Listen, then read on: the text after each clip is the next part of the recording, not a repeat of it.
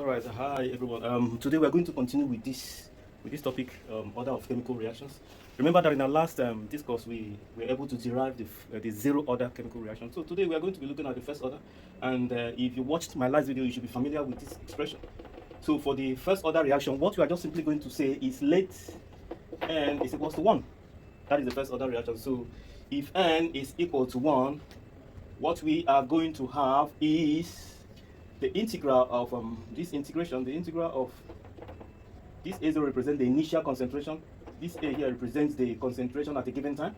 And therefore, we're going to have the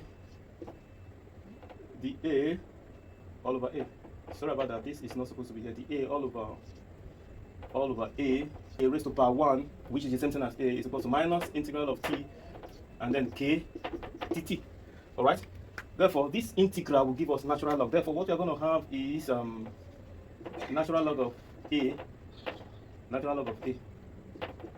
then concentration of AO to A.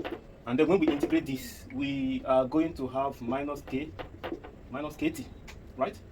Minus KT, that is when we integrate it. So if we continue with that, you find out that let's just substitute this. So what we are having there, or what we should have, is natural log of A minus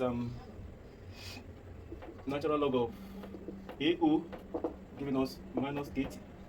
Then moving this over here, you are going to have natural log of A is equals to natural log of AO minus KT.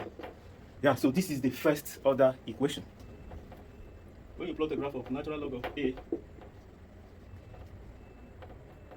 when we plot a graph of ln A with respect to t, of course you're going to have a downward sloping graph.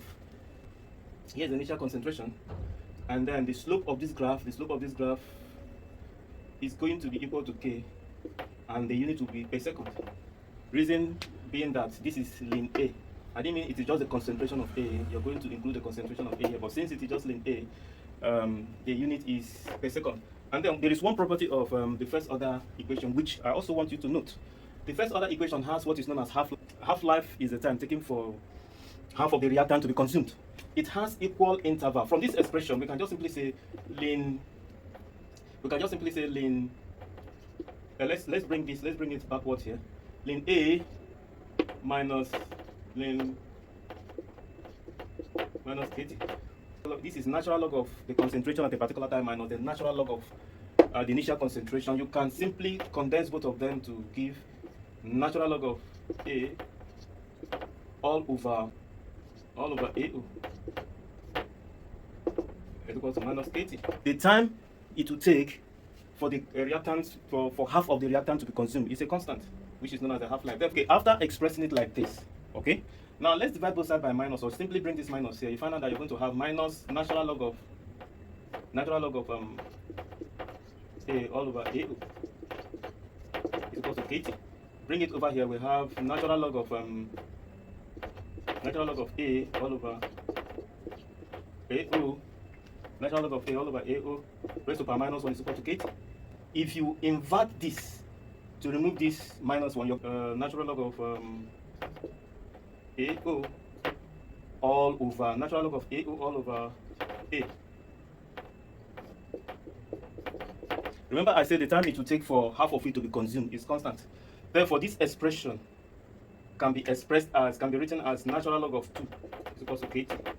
And if it is natural log of 2 is equal to KT, this can also be expressed as T half, which is finally, let me bring it up here. I can just simply say that K is equal to ln 2 all over T. Therefore, if you know the half-life, the time it will take for half of the reactant to have been used up, you can be able to calculate the rate constant. The rate constant of a first order reaction can be calculated as so. Therefore, this natural log of 2 can also be written as 0.6, I think 0.69 all over T half, right? 0.69. So therefore, if you know the half-life, just dividing this divided by this, you can get the rate constant, right? So see ya.